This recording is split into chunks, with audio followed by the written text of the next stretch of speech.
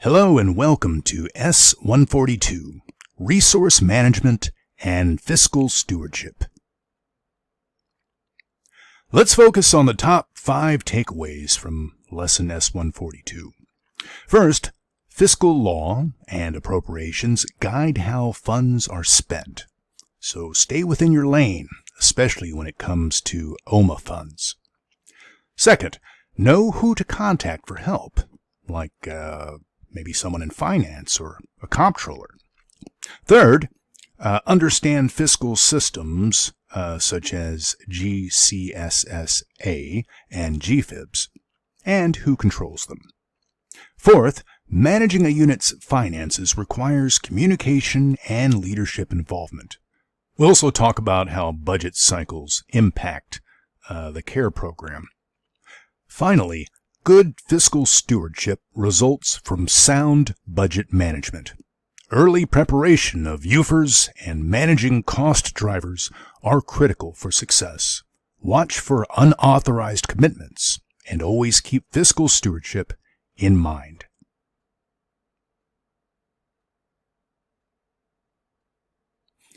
Fiscal law governs how we spend appropriated funds. It's based on 3 key tenets: time, purpose, and amount. First, time. Funds must be obligated within the period set by Congress. For example, O&M funds last 1 fiscal year. Second, purpose. Appropriations can only be used for their intended purpose. Misusing funds, even unintentionally, violates fiscal law. Finally, amount. The Anti-Deficiency Act, ADA, prohibits spending more than what's been allocated. Staying within these rules is critical to avoid penalties. Fiscal law is strict, and any violation can have significant consequences for your unit's financial health and operational readiness. Funds are categorized into different appropriations, often referred to as the colors of money. Each color represents a specific use. O&M funds cover day-to-day operations and expire within 1 year. Military personnel, Army, MPA, funds are for pay and allowances, also lasting 1 year. Procurement funds cover major items and last for 3 years. RDT&E funds support research and development and are available for 2 years. And finally, MILCON funds, which cover military construction projects, last for 5 years.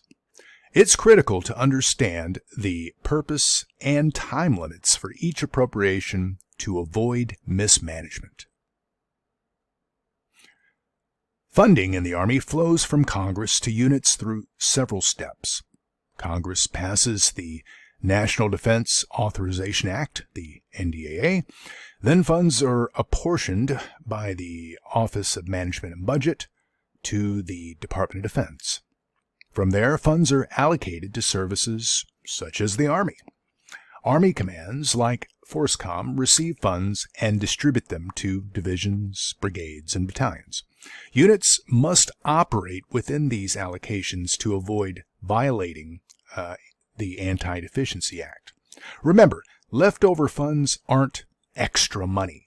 They belong to the Army, and it's our responsibility to manage them wisely.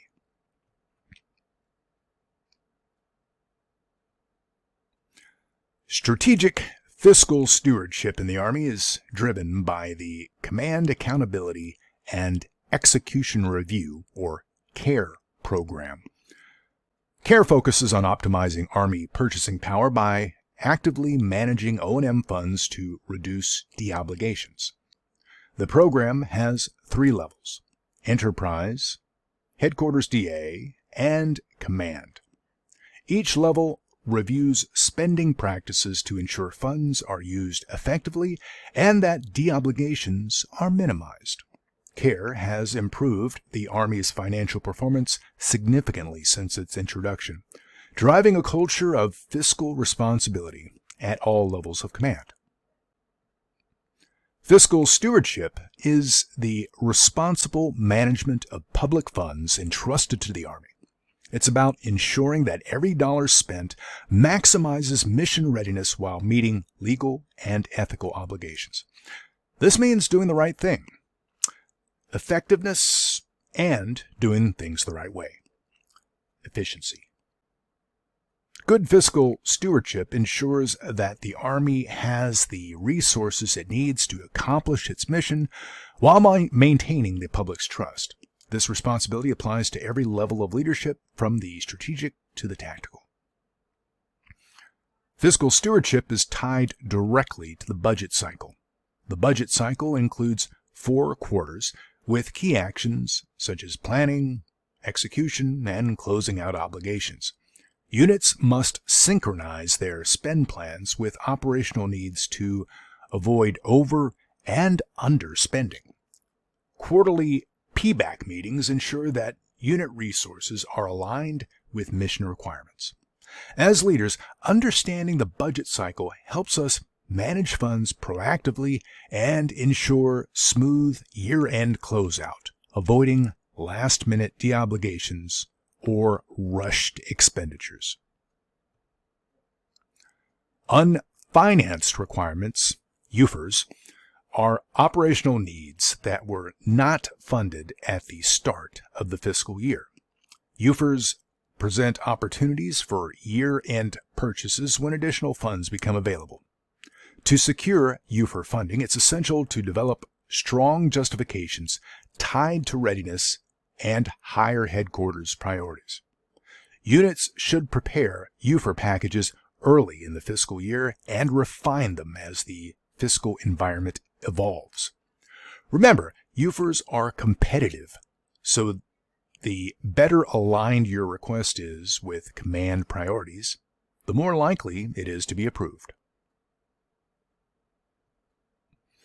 Deobligations occur when a unit spends less than the amount it originally obligated.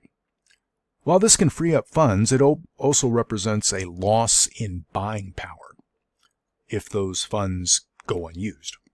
Deobligations are common with contracts, TDY, and supply requisitions.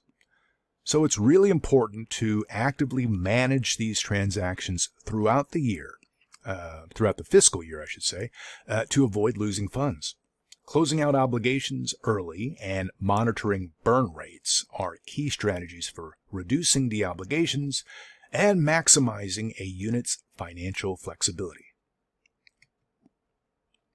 At the battalion level, deobligations can significantly impact a unit's financial health. If obligations are not carefully managed, funds set aside for purchases may not be fully utilized, leading to lost buying power.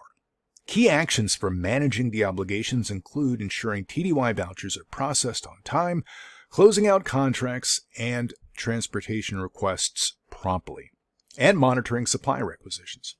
A proactive approach can prevent the unnecessary loss of funds and help units reallocate resources to higher priorities. Unauthorized commitments occur when a government representative enters into an agreement without proper authority, such as verbal agreements or split purchases. These actions are illegal and can result in the government being obligated to pay for services or goods that were not properly authorized.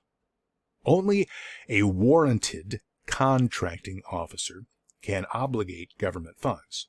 Common unauthorized commitments include misuse of GPCs, verbal authorizations, or splitting purchases to stay under financial thresholds. Leaders must ensure all agreements comply with proper contracting procedures. Effective fiscal stewardship at the unit level involves several key actions. First, leaders must integrate fiscal planning with operational needs, anticipating costs throughout the fiscal year. Second, develop and submit UFRs early, ensuring they align with command priorities. Third, maintain strict oversight of financial transactions, including unauthorized commitments and deobligations. Finally, focus on key cost drivers, such as TDY and supply requisitions, and you do this to optimize your unit's budget and ensure funds are used efficiently and effectively.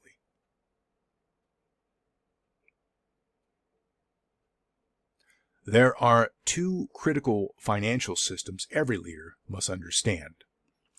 There's the Global Combat Support System Army, GCSSA, and GFIBS, the General Fund Enterprise Business System.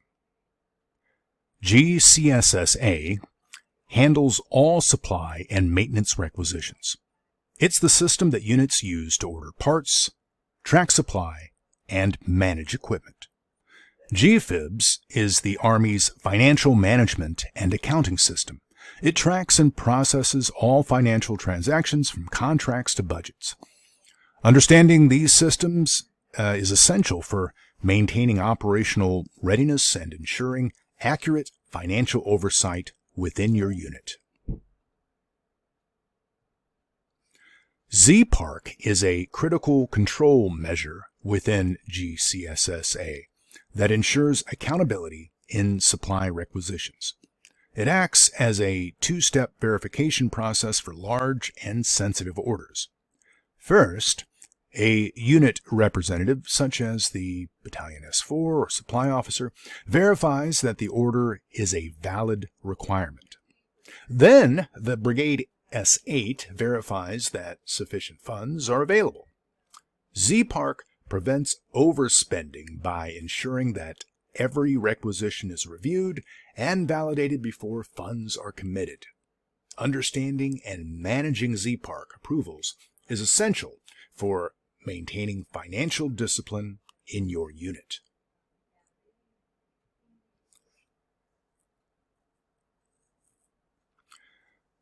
The XO and S8 have distinct but complementary roles in unit financial management. The XO is responsible for overseeing the unit's budget and ensuring that resources align with the commander's intent. This includes coordinating with the S3 to match resources with training and operational requirements. The S8, on the other hand, serves as the unit's financial manager. They track spending, manage budgets, and ensure that funds are being used properly. The S8 also certifies purchases and coordinates closely with the XO to ensure all financial transactions support unit priorities. Cost drivers are the primary expenses that consume a unit's budget.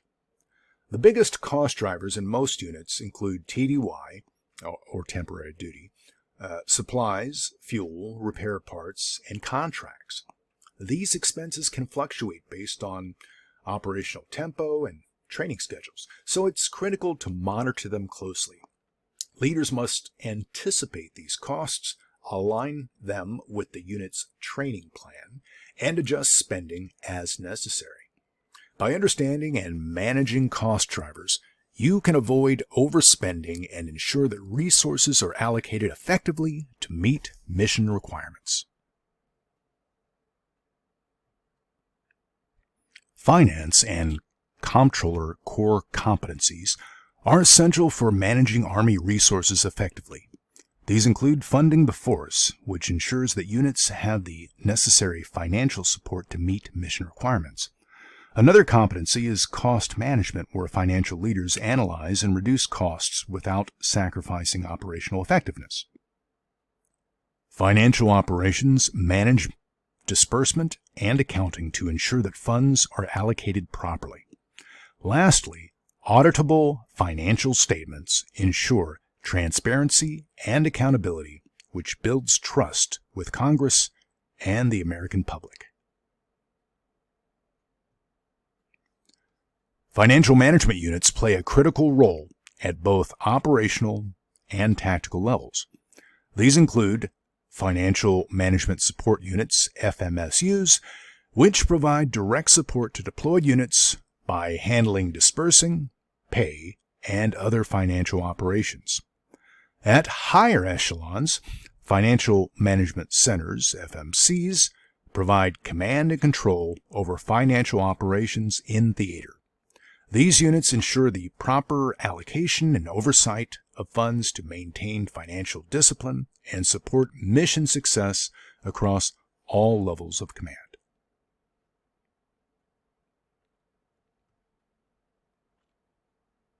Resource management in the Army is conducted by a variety of organizations. The S8 or G8 offices are key players at the tactical and operational levels, handling unit-level budgets and providing financial advice to commanders. The Program Budget Advisory Committee, or PBAC, supports long-term planning, helping units align their budgets with command priorities. Finally, GFIBS is the Army's system for tracking and managing financial data. Understanding these roles and functions of these resource management organizations is crucial for maintaining fiscal discipline. At both the operational and tactical levels, financial management units are essential for sustaining Army operations. Financial Management Support Detachments, FMSDs, provide financial services directly to units in the field, handling tasks like cash disbursement and travel claims. Financial management companies oversee larger scale financial operations, ensuring that resources flow efficiently throughout the theater of operations. Both type of units are critical for ensuring that financial support aligns with mission needs and that funds are managed responsibly to support operational success. Okay, so to wrap up, let's review the top 5 takeaways again from S142. First of all, understanding fiscal law is kind of important. We need to ensure that all funds are used within the correct time, purpose, and amount. That's time, purpose, and amount. Second, get to know your key financial players, like the S8 and your servicing finance units. These folks help manage and track spending. Third, effective budget management requires close coordination between the S3 and S4, and of course the XO, to align resources with operational needs. Fourth, use tools such as GCSSA and GFIBS to manage requisitions and finances accurately. And finally, always strive for fiscal stewardship. That is, maximize the value of every dollar to support readiness and mission success. Remember, financial management is as much about leadership as it is about numbers. By staying informed, engaging with your finance teams, and adhering to fiscal law, by doing these things, you contribute directly to your unit's success. So thank you for your time and commitment to mastering these critical skills, and let's move out.